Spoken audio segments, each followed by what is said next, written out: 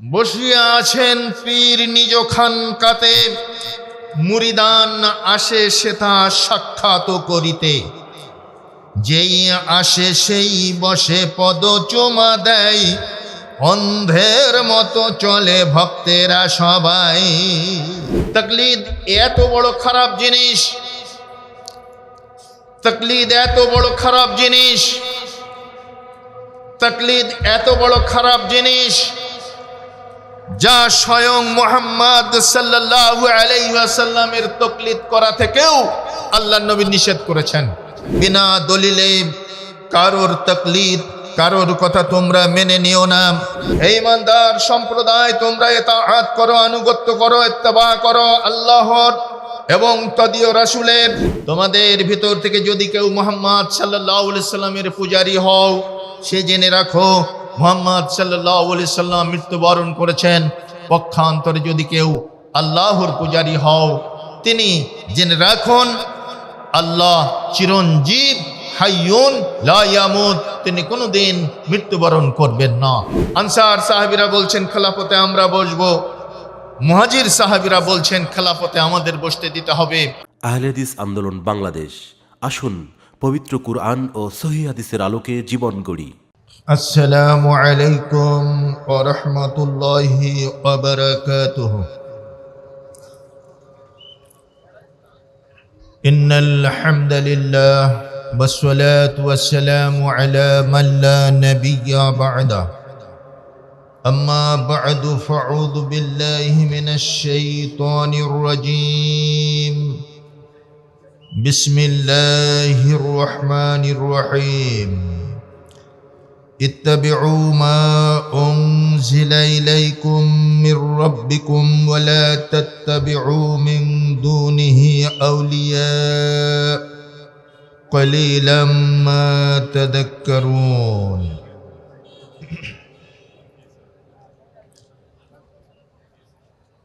وقال تعالى في موضع آخر: أعوذ بالله من الشيطان الرجيم.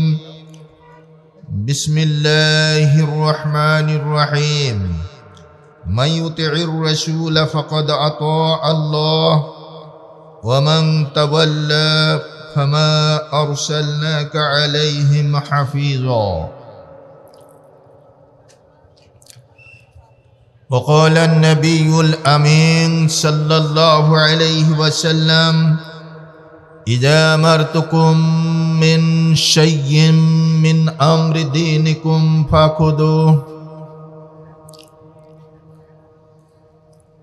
وإذا أمرتكم بشيء من رأيي فإنما أنا بشر أو كما قال عليه الصلاة والتسليم. আহলে হাদিস আন্দোলন বাংলাদেশ 35তম তাবলীগী ইজতেমার আজকের শেষ দিনে, শেষ রাত্রির দিকে আমার আলোচনার বিষয়বস্তু হচ্ছে ইত্তেবা বনাম তাকলিদ। প্রথমে আমাদের উপলব্ধি করতে হবে ইত্তেবা শব্দের আবিধানিক অর্থ কি। আল ইত্তেবা হুয়া কবুলু কওলিল গায়রি মা'a দলিল। ইত্তেবা শব্দের অর্থ হচ্ছে অনুসরণ। আবিধানিক অর্থ, পারিভাষিক অর্থ হচ্ছে অন্যের কথা দলিল সহকারে মেনে নেওয়া। তাকলিদ শব্দের আবিধানিক অর্থ হচ্ছে, এটা কালাদাতুন শব্দ থেকে নির্গত হয়েছে, গলায় রশি বাঁধা। গলায় রশি বাঁধা থাকলে একটা পশু যেমন তার মালিকের পিছু পিছু চলতে বাধ্য হয়, তাকলিদের রশি যারা গলায় বেঁধেছে তারা স্ব ইমামের পিছু পিছু চলতে বাধ্য হয়। তাই ইত্তেবা সুন্নাহ বা ইত্তেবা অনুমোদিত, আর তাকলিদ অন্ধ অনুসরণ, পদাঙ্ক অন্ধ অনুসরণ, এটা কখনো গ্রহণযোগ্য নয়। হুয়া কবুলু কওলিল গায়রে মিন গায়রে দলিল, দলিল ছাড়া অন্যের কথা গ্রহণ করার নামই হচ্ছে তাকলিদ। আল্লাহ রাব্বুল আলামিন সূরা আরাফের 3 নম্বর আয়াতে বলেন, ইত্তাবিউ মা উনজিলা ইলাইকুম মির রাব্বিকুম ওয়ালা তাত্তাবিউ মিন দুনিহি আউলিয়া কালিলাম মা তাযাক্কারুন। তোমরা অনুসরণ করো সেই জিনিসের যা তোমাদের প্রতিপালকের পক্ষ থেকে অবতীর্ণ হয়েছে, আর সেই জিনিসের অনুসরণ করো না।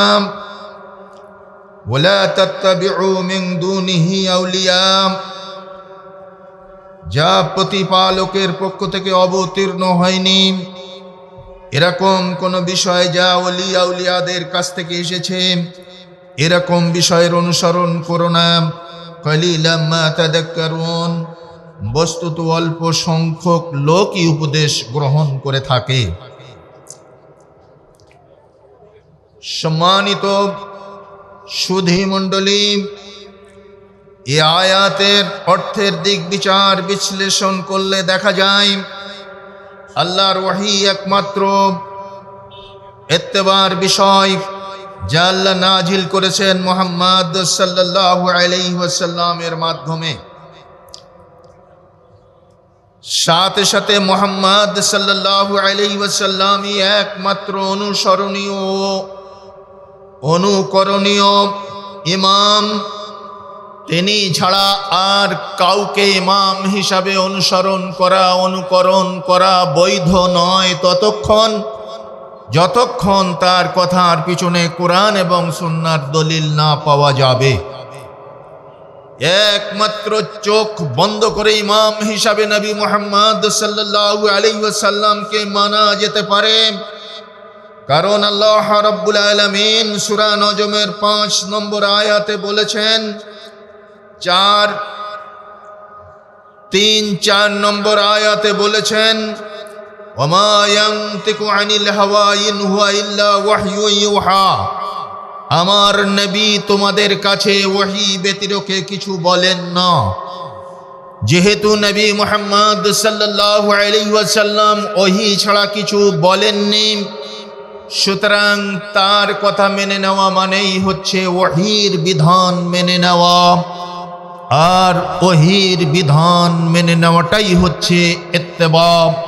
এজন্যই আহলে হাদিস আন্দোলন বাংলাদেশ দ্ব্যর্থহীন ভাষায় এই স্লোগান বাংলাদেশের অলিতে গলিতে সহ সারা বিশ্বের বাংলা ভাষাভাষী মুসলিমদের মাঝখানে ছড়িয়ে দিয়েছে, সকল বিধান বাতিল করো, ওহীর বিধান কায়েম করো, কারণ ওহীর বিধান কায়েমের মধ্যে ইত্তেবা রয়েছে, আর ওহীর বিধান ছাড়া অন্য বিধান কায়েমের মধ্যে ইত্তেবা নেই, বরং রয়েছে তাকলিদ।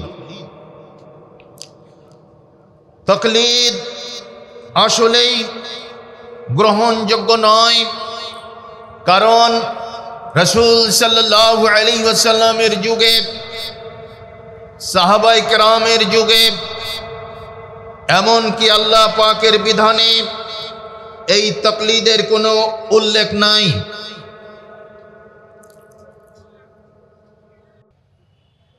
কুরআন এবং হাদিসের পরিভাষায় দুই এক জায়গায় তাকলিদের উল্লেখ পাওয়া গেলেও সেটা খারাপ অর্থে ব্যবহৃত হয়েছে। সেই তাকলিদের অর্থটা খারাপ অর্থেই এসেছে, সেটা কখনো ভালো অর্থে ব্যবহৃত হয়নি। সম্মানিত সুধী মণ্ডলী, এজন্য ইসলামী শরিয়াতে তাকলিদে শখসি বা ব্যক্তি পূজাকে হারাম করা হয়েছে, কারণ কুরআন এবং হাদিস মন্থন করলে ইত্তেবায়ের হুকুম পাওয়া যায়, তাকলিদের হুকুম পাওয়া যায় না। আর এই তাকলিদ অর্থটা খারাপ অর্থেই ব্যবহৃত হয়েছে। সর্বপ্রথম এই শব্দটি আমরা লক্ষ্য করতে পারি হযরতে আব্দুল্লাহ বিন মাসউদ রাদিয়াল্লাহু তাআলা আনহুর মুখ নিঃসৃত একটি বাক্যে عن عبد الله بن مسعود رضي الله عنه قال ألا لا يقلدن رجلا دينه فإن آمن وإن كفر مجمع الجوائد হাদিস নম্বর 850। আব্দুল্লাহ ইবনে মাসউদ রাদিয়াল্লাহু তাআলা আনহু বলছেন, সাবধান, কোন ব্যক্তির তাকলিদ করো না, অন্ধ অনুসরণ করো না দ্বীনের ব্যাপারে। তাহলে লোকটা যদি ঈমানদার হয় তুমি ঈমানদার হতে পারো, আর যদি সে কাফের হয় তুমিও কাফের হয়ে যাবে। তাই বিনা দলিলে কারোর তাকলিদ, কারোর কথা তোমরা মেনে নিও না। তাকলিদ করলে লোকটার বৈশিষ্ট্যের উপরে তোমার বৈশিষ্ট্য নির্ভর করবে। সে যদি ভালো হয় তুমি হবে ভালো, সে যদি খারাপ হয় তুমি হবে খারাপ।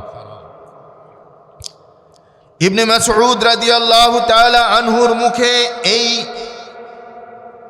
আদেশ সূচক বাক্যে আমরা তাকলিদ শব্দটির উল্লেখ লক্ষ্য করতে পেরেছি। এর আগে অন্য কোন সাহাবীর মুখে এই তাকলিদ শব্দটা আসেনি। সম্মানিত সুধী, ইসলামের প্রথম যুগে তাকলিদের কোনো অস্তিত্ব ছিল না, বরং তা সৃষ্টি হয়েছে রাসূলুল্লাহ সাল্লাল্লাহু আলাইহি ওয়াসাল্লামের মৃত্যুর 300 বছর পরে। রাসূল সাল্লাল্লাহু আলাইহি ওয়াসাল্লামের যুগে ওহীর সূচনা থেকে ওহীর শেষ পর্যন্ত এই সময়ে যে বিষয়টি বারবার আলোচিত হয়েছে, যে বিষয়টি বারবার উল্লেখিত হয়েছে, সে বিষয়টি হচ্ছে ইত্তেবা। আল্লাহ সুবহানাহু তাআলা বহু জায়গায় বহু ভঙ্গিতে ইত্তেবার কথা বলেছেন। আর এই ইত্তেবার বেলায় আল্লাহর কুরআনের ইত্তেবা, আল্লাহর নাজিলকৃত বিধানের ইত্তেবা এবং রাসূল সাল্লাল্লাহু আলাইহি ওয়াসাল্লামের ইত্তেবা দুটোকে ইনক্লুড করা হয়েছে। যেমন সূরা নিসার 59 নম্বর আয়াতে আল্লাহ রাব্বুল আলামিন বলেন, ইয়া আইয়ুহাল্লাযীনা আমানু আতিউল্লাহ ওয়া আতিউর রাসূল ওয়া উলিল আমরি মিনকুম ফাইন তানাজাতুম ফি শাইইন ফারুদ্দুহু ইলাল্লাহি ওয়ার রাসূল। হে ঈমানদার সম্প্রদায়, তোমরা ইতাআত করো, আনুগত্য করো, ইত্তেবা করো আল্লাহর এবং তদীয় রাসূলের, এবং যারা উলে আমর তাদের ইত্তেবা করো, তাদের অনুসরণ করো। উলে আমর কারাম এ ব্যাপারে মুফাসসিরিন ইকরাম ঐক্যমত্য পোষণ করেছেন। রাষ্ট্রীয় ক্ষমতার অধিকারী খলিফা তারা উলে আমর, এবং যোগ্য মুজতাহিদ বা মুহাক্কিক আলেম তিনিও উলে আমর। এই সূরা নিসার 59 নম্বর আয়াতের ভিত্তিতেই সব ধরনের মাযহাবী তাকলিদ, মাযহাবের ইমামের অনুসরণটা টিকিয়ে রাখা হয়েছে। অথচ এই আয়াতের শেষ অংশে আল্লাহ রাব্বুল আলামিন যে কথা বললেন, ফাইন তানাজাতুম ফি শাইইন ফারুদ্দুহু ইলাল্লাহি ওয়ার রাসূল, উলে আমরকে অনুসরণ করতে গিয়ে যদি মতানৈক্যের সৃষ্টি হয় তাহলে সেই মতভেদ ক্লিষ্ট বিষয়টিকে তোমরা আল্লাহ ও তদীয় রাসূলের দিকে ফিরিয়ে দাও। আল্লাহ এবং তদীয় রাসূলের দিকে মতভেদ ক্লিষ্ট বিষয়টিকে ফিরানোর কাইফিয়াত কেমন, সেটা যদি আমরা সাহাবায়ে কেরাম রিদওয়ানুল্লাহি আলাইহিম আজমাইনের জীবনে লক্ষ্য করি তাহলে সেখান থেকেই পেয়ে যাব। নবী করিম সাল্লাল্লাহু আলাইহি ওয়াসাল্লাম ইন্তেকাল করেছেন। ওমর ফারুক রাদিয়াল্লাহু তাআলা আনহু নবীর হুজরার সামনে তলোয়ারটা ঘোরাচ্ছেন আর বলছেন, যে ব্যক্তি বলবে আমার নবী মারা গেছেন আমি তার মস্তক দ্বিখণ্ডিত করে দেব, আমার নবী মরতে পারেন না। আবু বকর সিদ্দিক রাদিয়াল্লাহু আনহু রাসূলের হুজরা থেকে বেরিয়ে এসে ওমর ফারুকের সামনে কিছু পাথর খণ্ড একত্রিত করে একটু উঁচু জায়গা বানালেন মেম্বারের মতো। এরকম একটু উঁচু জায়গায় দাঁড়িয়ে তিনি ভাষণ দিলেন। প্রথমে আল্লাহ পাকের হামদ এবং রাসূল সাল্লাল্লাহু আলাইহি ওয়াসাল্লামের উপরে দরুদ পেশ করলেন। অতঃপর বললেন, মান কানা মিনকুম ইয়াবুদু মুহাম্মাদান ফাইন্না মুহাম্মাদান কাদ মাত ওয়া মান কানা মিনকুম ইয়াবুদুল্লাহা ফাইন্নাল্লাহা হাইয়্যুল লা ইয়ামুত। তোমাদের ভিতর থেকে যদি কেউ মুহাম্মদ সাল্লাল্লাহু আলাইহি সাল্লামের পূজারী হও, সে জেনে রাখো মুহাম্মদ সাল্লাল্লাহু আলাইহি সাল্লাম মৃত্যুবরণ করেছেন। পক্ষান্তরে যদি কেউ আল্লাহর পূজারী হও, তিনি জেনে রাখুন আল্লাহ চিরঞ্জীব, হাইয়ুন লা ইয়ামুত, তিনি কোনোদিন মৃত্যুবরণ করবেন না। এ কথা বলেই আবু বকর সিদ্দিক রাদিয়াল্লাহু তাআলা আনহু সূরা আলে ইমরানের 144 নম্বর আয়াত পেশ করলেন দলিল হিসাবে, আমা মুহাম্মাদুন ইল্লা রাসূল, মুহাম্মদ সাল্লাল্লাহু আলাইহি ওয়াসাল্লাম একজন রাসূল বই কিছুই নন। কদ খালাত মিন ক্বাবলিহির রাসূল, তার আগে বহু রাসূল পৃথিবীর মাটি থেকে চলে গেছেন।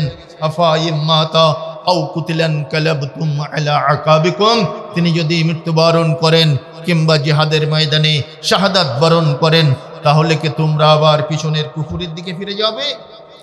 ওমরে ফারুক রাদিয়াল্লাহু তাআলা আনহু বললেন, এই আয়াত যেন এক্ষুনি নাজিল হয়েছে।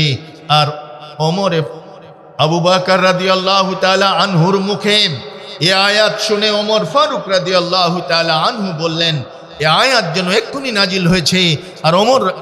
আর আবু বকর রাদিয়াল্লাহু তাআলা আনহু আমাকে এই আয়াতটা পড়ে শোনালেন। তিনি তার গৃহীত সিদ্ধান্তটা প্রত্যাহার করে নিলেন। তিনি যে বলেছিলেন নবী মরতে পারেন না, আমার নবী মরেন নাই, মরতে পারে না, এই মতটা, এই সিদ্ধান্তটা তিনি প্রত্যাহার করে নিলেন আল্লাহর কোরআনের আদলে। আর এই কোরআনের দলিলটা পেশ করেছিলেন আবু বকর রাদিয়াল্লাহু তাআলা আনহু।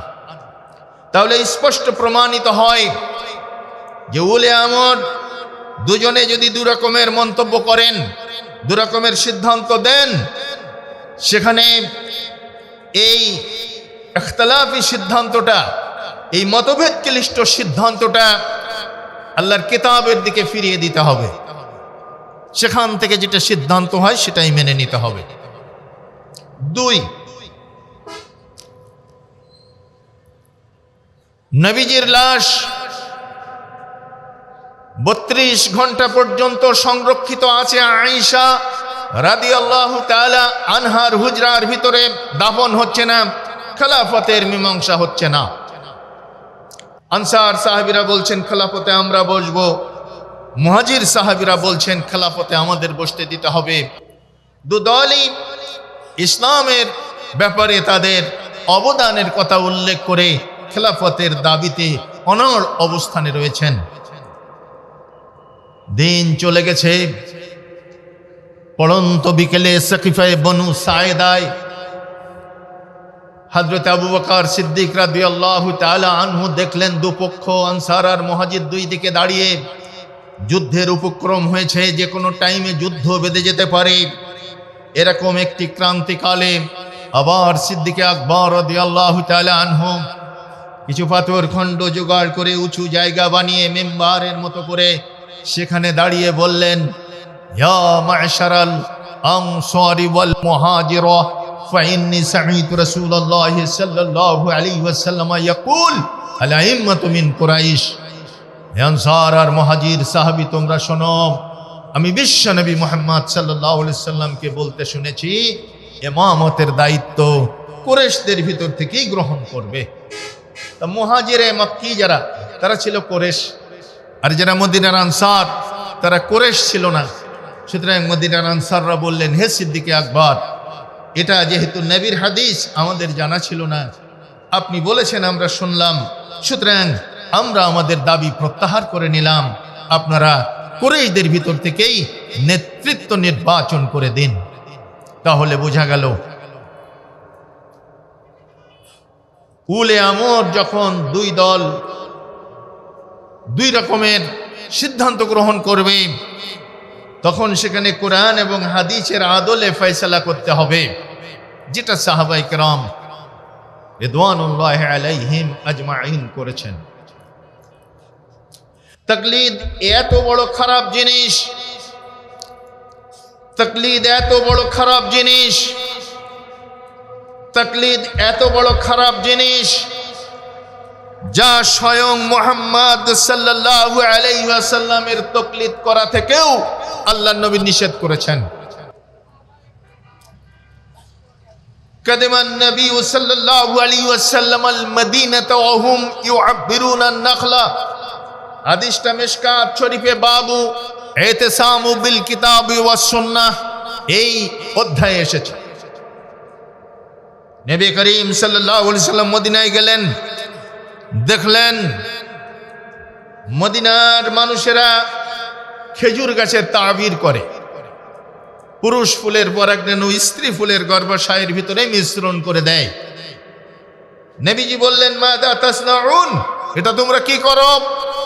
তারা বলল, কুন্না নাসনাউহু, এটা আমরা দীর্ঘদিন থেকে করে থাকি। রাসূল সাল্লাল্লাহু আলাইহি সাল্লাম বললেন, তোমরা যদি এটা ছেড়ে দাও তাহলে ভালো হবে। ফাতারাকুহু, তারা সেটা ছেড়ে দিল। ফা নাকাসাত, অতঃপর তাদের ফসল কমে গেল। রাসূল সাল্লাল্লাহু আলাইহি সাল্লামের কাছে গিয়ে তারা রিপোর্ট করলো, ইয়া রাসূলুল্লাহ, আপনি বলেছিলেন তাবির না করলেই ভালো হবে, আমরা করিনি, কিন্তু আমাদের ফসলের পরিমাণ তো কমে গেছে, তাবির করলে তো ফসল বেশি হতো। নবীজি বললেন, শোনো, ইদা আমারতুকুম বিশাইয়্যিম মিন আমরি দীনিকুম ফাখুদু, যখন আমি তোমাদের দ্বীনের ব্যাপারে ওহীর মাধ্যমে কোনো নির্দেশনা পেশ করব, সেটা তোমরা গ্রহণ করবে। ওয়াইদা আমারতুকুম বিশাইয়্যিম মির রাই ফাইন্নামা আনা বাশার, আর যখন আমি নিজের পক্ষ থেকে নিজের রায় মাফিক কোনো কথা বলবো, তখন তোমরা মনে রাখবে, ফাইন্নামা আনা বাশার, আমি একজন মানুষ ছাড়া কিছুই নই।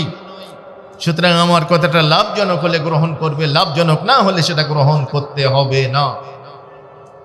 অর্থাৎ নবীজি বললেন, আমি বললেই আমার অন্ধ অনুসরণ করো না, আমার কথার পিছনে যদি ওহীর নির্দেশনা থাকে মানবে, আমার কথা যদি ব্যক্তিগতভাবে হয়, লাভজনক হলে মানবে, অলাভজনক হলে ছেড়ে দেবে। এই হাদিসের আলোকে রাসূল সাল্লাল্লাহু আলাইহি ওয়াসাল্লামেরও তাকলিদ করা যাবে না, এটাই প্রমাণিত হয়। আল্লাহ রাব্বুল আলামিন সূরা নিসার ৮০ নম্বর আয়াতে বলেন, মান ইউতি'র রাসূলা ফাকাদ আতা আল্লাহ ওয়া মান তাওয়াল্লা ফামা আরসালনাকা আলাইহিম হাফিজা।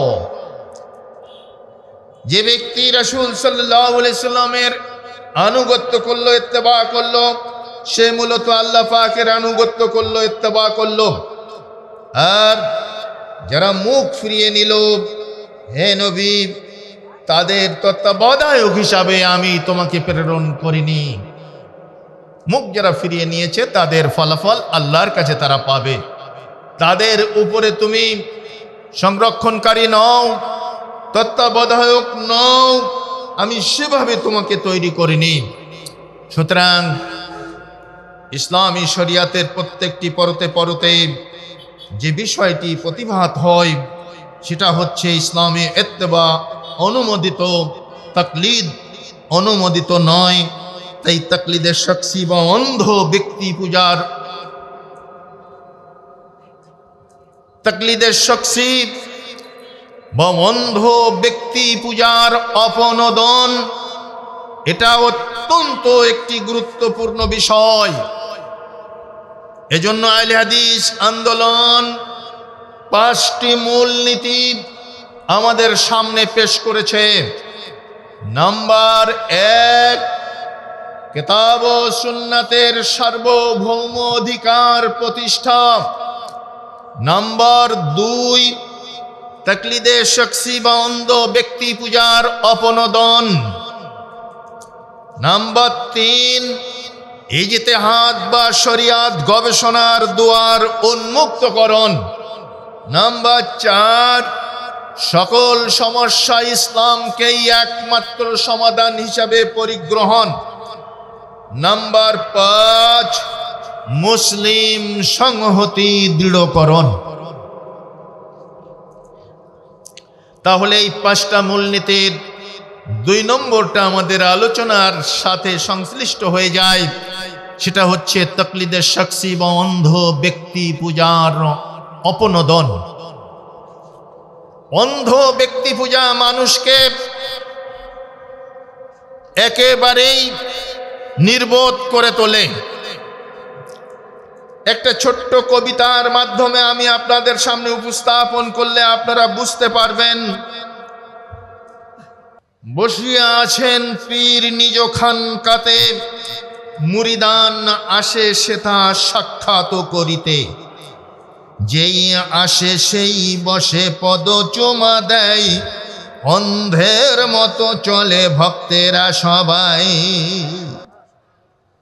পীরজি বলেন 2 মুরিদানে ডেকে, গাভীটি গোয়ালে বাঁধা নিয়ে যাও ওকে। 4 দুধ দেয় গাভীটি আমার, বেচিবার তরে যাও লইয়া বাজার। কিন্তু গাই নেই 2 দেছে ছেড়ে, কিন্তু গাই নেই 2 দেছে ছেড়ে, বেঁধে রেখে দেছে সে তা পোষা এক এড়ে। ভক্তগণ যাইয়া সেই এড়েকে লইয়া, বেচিবার তরে গেল বাজারও চলিয়া। হাক ডাক করে বলে বেচিব হে গাই, 4 দুধ দেয় টাকা 80 চাই। ক্রেতাগণ বলে ভাই এ কেমন গাই, গাই গরুর আলামত কিছু নাহি পাই। ভক্তগণ বলে ভাই এটা ঠিকই গাই, কারণ বলেছেন পীরজি সন্দেহ কিছু নাই। ক্রেতাগণ বলে ভাই দেখো না হল, গাই গরু তবু বলো এমনই পাগল। ক্রেতাগণ বলে ভাই দেখো না হল, গাই গরু তবু বলো এমনই পাগল। ভক্তগণ বলে ভাই থাকুক না হল, পীর কবু বলে না কো ঝুট মুট বল। দুনিয়াতে আছে ভাই যত মুকাল্লিদ, যতই বুঝান তারে নাহি ছাড়ে গীত। যতই বুঝাবেন গীত ছাড়বে না। এজন্য মুকাল্লিদ হওয়া যাবে না। গাই গরু না এড়ে গরু সেটা আলামত দেখে নিজেই সিদ্ধান্ত নিতে হবে। পীর বললেই গাইকে এড়ে বানানো যাবে না, আবার এড়েকে গাই বানানো যাবে না। এটাই হচ্ছে তাকলিদের অপকারিতা। সম্মানিত সুধী মণ্ডলী, বলছিলাম ইসলামের প্রথম যুগে তাকলিদের কোনো অস্তিত্ব ছিল না। নবী করিম সাল্লাল্লাহু আলাইহি সাল্লামের মৃত্যুর 200 বছর পরে তাকলিদের উৎপত্তি হয়েছে। এ ব্যাপারে আবু তালেব আল মক্কি রাহিমাহুল্লাহ তিনি বলেন, আল ফুতিয়া বিমাযহাবিল ওয়াহিদ মিনান নাস ওয়া ইনতিহাহু কওলিহি ওয়াল হিকায়াতু লাহু ফি কুল্লি শাইইন ওয়াত্তাফাক্কুহু আলা মাযহাবিহি মুহদাস। তিনি বলছেন যে কোনো একটি মাযহাবের অনুকূলে ফতোয়া প্রদান করা এবং সেই বিষয়টিকে চূড়ান্ত মনে করা এবং সব ব্যাপারে হিকায়েত পেশ করা, বর্ণনা পেশ করা এবং তাফাক্কুহু আলা মাযহাবিহি নির্দিষ্ট একটি মাযহাবের বুঝ অনুযায়ী ফতোয়া প্রদান করা। মুহদাসুন, এটা হচ্ছে মুহদাস, নব আবিষ্কৃত কাজ, অর্থাৎ বিদআত। লাম ইয়াকুনিন নাসু কাদিমান আলা যালিকা ফিল কারনিল আউয়ালে ওয়া সানি, ইসলামের প্রথম শতাব্দীতে, দ্বিতীয় শতাব্দীতে, এরকম পুরনো যুগে এই তাকলিদ বা ব্যক্তি বিশেষের রায়কে চূড়ান্ত মনে করার কোনো নমুনা এটা বিদ্যমান ছিল না। কুতুল কুলুব ফি মুআমালাতিল মাহবুব, প্রথম খণ্ড 262 পৃষ্ঠা, 272 পৃষ্ঠা। এখন আসুন ইত্তেবা এবং তাকলিদের মধ্যে পার্থক্য কি? তাকলিদ হলো নবী ব্যতীত অন্য কারো শারঈ বক্তব্য বিনা দলিলে মেনে নেওয়া, পক্ষান্তরে সহি দলিল অনুযায়ী নবীর অনুসরণ করাকে বলা হয় ইত্তেবা। আবার শুনি, তাকলিদ হলো নবী ব্যতীত অন্য কারো শারঈ বক্তব্য বিনা দলিলে মেনে নেওয়া। রাসূলের কথা মেনে নেওয়া যাবে, যেহেতু রাসূল আল্লাহর ওহী ছাড়া কিছু বলেন না, কিন্তু নবী ছাড়া অন্যের কথা বিনা দলিলে মেনে নেওয়াটাই হচ্ছে তাকলিদ। পক্ষান্তরে ইত্তেবা বলা হয় কাকে? সহি দলিল অনুযায়ী নবীর অনুসরণ করাকে বলা হয় ইত্তেবা। অর্থাৎ একটি হলো দলিল ব্যতীত অন্য কারো রায়ের অনুসরণ, আর অন্যটি হলো দলিল বা কুরআন সুন্নাহর অনুসরণ। মূলত তাকলিদ হলো রায়ের অনুসরণ, আর ইত্তেবা হচ্ছে রিওয়ায়েতের অনুসরণ। যেমন বিশ্ববরেণ্য ইমাম শাওকানি রাহমাহুল্লাহ বলেন, আত-তাকলিদু ইন্নামা হুয়া কবুলুর রায় ওয়াল ইত্তিবাউ ইন্নামা হুয়া কবুলুল রিওয়ায়াত। ফাল ইত্তিবাউ ফিদ-দীন মাসুগুন ওয়াত তাকলিদু মামনুউন। তাকলিদ হচ্ছে অন্যের রায় মেনে নেওয়া বিনা দলিলে, আর ইত্তেবা হচ্ছে, তাকলিদ হচ্ছে রায়ের অনুসরণ, আর ইত্তেবা হচ্ছে রিওয়ায়াতের অনুসরণ। ইমাম শাওকানি বলছেন, জিস্ট কথা হলো কবুলুর রায়, তাকলিদ হচ্ছে রায়কে মেনে নেওয়া, আর ইত্তেবা হচ্ছে রিওয়ায়াতকে মেনে নেওয়া। রিওয়ায়াতের পিছনে দলিল আছে, রায়ের পিছনে কোনো দলিল নেই। সুতরাং ফাল ইত্তিবাউ ফিদ-দীন মাসুগ, আর এই কারণেই শরীয়তের মধ্যে ইত্তেবা হচ্ছে অনুমোদিত, আর তাকলিদু মামনু, আর তাকলিদ হচ্ছে নিষিদ্ধ। মুহাম্মদ আসাদুল্লাহ আল গালিব তার লিখিত 3টি মতবাদ বই, পৃষ্ঠা 7, হাদিস ফাউন্ডেশন বাংলাদেশ, প্রকাশিত 2010। সম্মানিত সুধীমণ্ডলী, তাকলিদ নিষেধ মর্মে 4 ইমামের বহু উক্তি রয়েছে।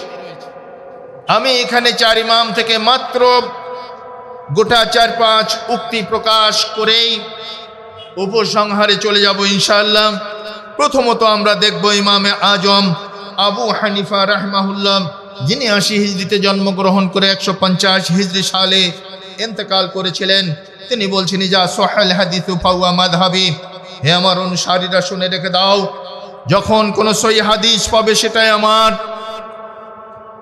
মাযহাব জানবে, ওটাই আমার মাযহাব। তিনি আরো বলছেন, লা ইয়াহিল্লু লিআহাদিন আই আখুযা বিকাউলিনা মা লাম ইয়ালাম মিন আইনা আখাজনাহু।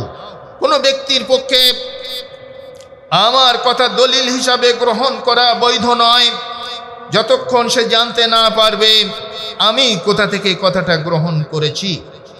এর প্রত্যেকটা রেফারেন্স রয়েছে, আমি সময়ের অভাবে রেফারেন্সগুলো বলছি না। তিনি আরো বলেছেন, হারামুন আলা মান লাম ইয়ারিফ দালিলি আইয়ুফতিয়া বিকালামি। ইমাম আজম আবু হানিফা বলছেন, কারোর জন্য এটা হারাম যতক্ষণ পর্যন্ত আমার গৃহীত দলিল সম্পর্কে অবগত না হবে ততক্ষণ সেই ব্যাপারে ফতোয়া দেবে, এটা তার জন্য হারাম।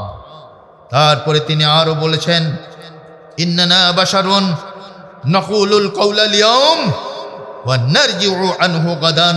শুনে রেখে দিও দুনিয়ার মানুষ, আমরা সবাই মানুষ। আমরা আজকে একটা কথা বলি, আবার কালকে সেই কথাটা থেকে প্রত্যাবর্তন করি।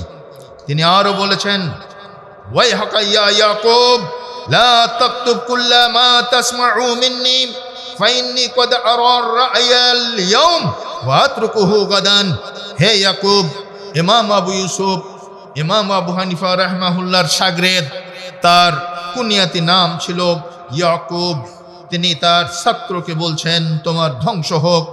হে ইয়াকুব, আমার কাছ থেকে কিছু লিখে রেখো না, যা শুনে থাকো আমার কাছ থেকে ওগুলো লিখো না, কারণ ফাইন্নী কদ আরা রা'য়াল ইয়াউমা, আমি আজকে যেটা ফতোয়া দেই, ওয়া আতরুকুহু গাদান, কালকে সেটা ছেড়ে দেই। আজকে যে রায়টা আমি প্রকাশ করি, কালকে সেটা ছেড়ে দেই। ওয়ার রাইয়া গাদান ওয়া আতরুকুহু বা'দা গাদিন, আর কালকে যেটা আমি রায় হিসাবে প্রকাশ করি, ওটা তার পরের দিন প্রয়োজন হলে ছেড়ে দেই, যদি কিতাব ও সুন্নাতের সাথে না মেলে। সুতরাং সাবধান হে দুনিয়ার মানুষেরা, ইযা কুলতু কাওলান ইউখালিফু কিতাবাল্লাহি ওয়া খবরার রাসূল ফাতরুকু কাওলি।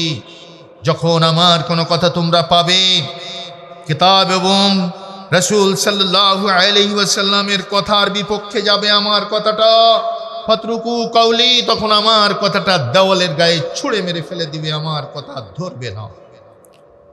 এই প্রখ্যাত ইমাম মালিক রাহমাহুল্লাহ, যিনি 93 হিজরিতে জন্মগ্রহণ করে 179 হিজরিতে মোট 86 বছর বয়সে ইন্তেকাল করেছিলেন, সেই ইমাম মালিক রাহমাহুল্লাহ বলছেন, ইন্নামা আনা বাশারুন আখতাউ ওয়া উসিবু। দুনিয়ার মানুষ শুনে রেখে দাও, আমি একজন মানুষ, আমি ভুল করি আবার সঠিক সিদ্ধান্ত দিই। ফানজুরু ফি রাই ফাকুল্লু মা ওয়াফাকাল কিতাবা ওয়াস সুন্নাতা ফাকুদুহু। সুতরাং আমার দেওয়া রায়, আমার দেওয়া সিদ্ধান্তগুলোর দিকে তোমরা দৃষ্টিপাত করো, সেগুলো যদি কিতাব এবং সুন্নাতের, কুরআন এবং হাদিসের মুআফিক হয়, সেগুলো তোমরা গ্রহণ করবে। ওয়া কুল্লু মা লাম ইউআফিক ফাতরুকুহু, আর যেগুলো কিতাব এবং সুন্নাতের সাথে সাংঘর্ষিক হয়ে যাবে, সেগুলো তোমরা পরিত্যাগ করবে। এভাবে তৃতীয় ইমাম শাফিঈ মুহাম্মদ বিন ইদ্রিস আশ-শাইবানি, তিনি বলছেন,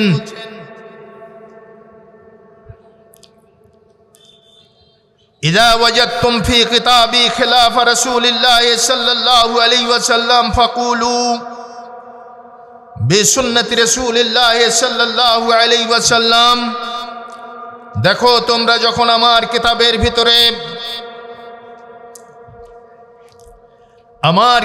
ভিতরে যখন তোমরা রাসূল সাল্লাল্লাহু আলাইহি ওয়াসাল্লামের কোন বিধান মাফিক বক্তব্য পাবে, ফাকুলু বিসুন্নতি রাসূলিল্লাহি সাল্লাল্লাহু আলাইহি ওয়াসাল্লাম, তখন সেই বক্তব্যটা তোমরা রাসূল সাল্লাল্লাহু আলাইহি ওয়াসাল্লামের সুন্নাহ মাফিক বলতে থাকবে বা প্রচার করবে। ওয়াদাউ মা কুলতুম وفي رواية فاتبعوها ولا تلتفتوا إلى قول أحد। অর্থাৎ রাসূল সাল্লাল্লাহু আলাইহি সাল্লামের কথার মুআফিক হলে আমার কথাটা মানবে, ধরবে, আর রাসূল সাল্লাল্লাহু আলাইহি সাল্লামের কথার মুআফিক যদি না হয়, আমার কথাটা ছেড়ে দেবে। দাউ মা কুলতু, আমি যা বলেছি সেটা ছেড়ে দেবে। এরপরে আরেকটা রিওয়ায়াতে এসেছে, রাসূলের কথার সাথে মিলে গেলে আমার কথাটার ইত্তেবা করবে, আর যদি ওয়ালা তালতাফিতু ইলা কওলি আহাদিন, কারুর কথার দিকে তোমরা দৃকপাত করবে না, দেখবে না, শুধুমাত্র নবী সাল্লাল্লাহু আলাইহি সাল্লামের কথার দিকে দৃকপাত করবে। ইমাম শাফিঈ রাহমাহুল্লাহ আরো বলছেন, কুল্লু হাদিসিন আনিন নবী সাল্লাল্লাহু আলাইহি ওয়াসাল্লাম ফাহুয়া কওলি ওয়া ইন লাম তাসমাউহু মিন্নি। দেখো, রাসূল সাল্লাল্লাহু আলাইহি সাল্লামের হাদিস পেলে সেটাকেই তোমরা গ্রহণ করবে, যদিও আমার কাছ থেকে কোনোদিন সেই হাদিসটা তোমরা শোনোনি, তবুও সেটা মানবে। যেহেতু হাদিসটা হয়তো আমি জানতাম না, তাই আমি তোমাদের শোনাতে পারিনি। রাসূলের হাদিস শুনতে পেলে সেটা তোমরা মেনে নিও, আমার কথাকে অগ্রাধিকার দিও না। সর্বশেষ ইমাম আহমদ বিন হাম্বল রাহমাহুল্লাহ তাকলিদের ব্যাপারে শক্ত করে কথা বললেন।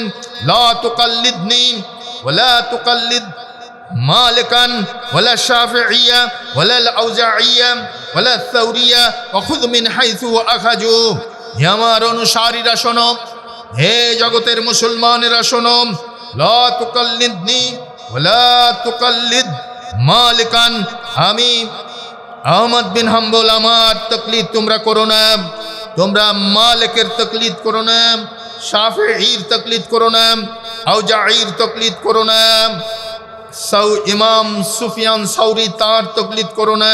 অখুদ মিন হাইথু আখাযু, তোমরা গ্রহণ করো সেখান থেকে যেখান থেকে তারা গ্রহণ করেছে দলিল, অর্থাৎ পবিত্র কোরআন এবং সুন্নাহ ভিত্তিক দলিল তোমরা গ্রহণ করো। খবরদার অন্ধ অনুসরণ তোমরা করবে না। সম্মানিত সুধী মণ্ডলী, আহলে হাদিস আন্দোলন বাংলাদেশ তাই দুনিয়ার মানুষের সামনে এই দাওয়াতই পেশ করতে চাই যে পবিত্র কোরআন এবং সুন্নাহর ইত্তেবা করতে হবে, তাহলে ইহকালীন জীবন এবং পরলৌকিক জীবনের মুক্তি নিশ্চিত হবে ইনশাআল্লাহ। আর যদি আমরা তাকলিদ করি, অন্ধ ব্যক্তি পূজার অনুসরণ করি, তাহলে দুনিয়াতেও সফল কাম হতে পারবো না, আখিরাতেও মুক্তি লাভ করতে পারবো না। তাই আসুন জীবনের প্রত্যেকটি ক্ষেত্রে আমরা তাকলিদ, অন্ধ অনুসরণ পরিহার করে ইত্তেবা, কোরআন সুন্নাহ ভিত্তিক, আদিল্লা ভিত্তিক কথাগুলো গ্রহণ করি, বিষয়গুলো গ্রহণ করি। আল্লাহ রাব্বুল আলামিন আমাদের সেই তৌফিক দান করুন, সবাই বলি আমিন। أقول قولي هذا أستغفر الله لي ولكم ولسائر المسلمين. السلام عليكم ورحمة الله وبركاته.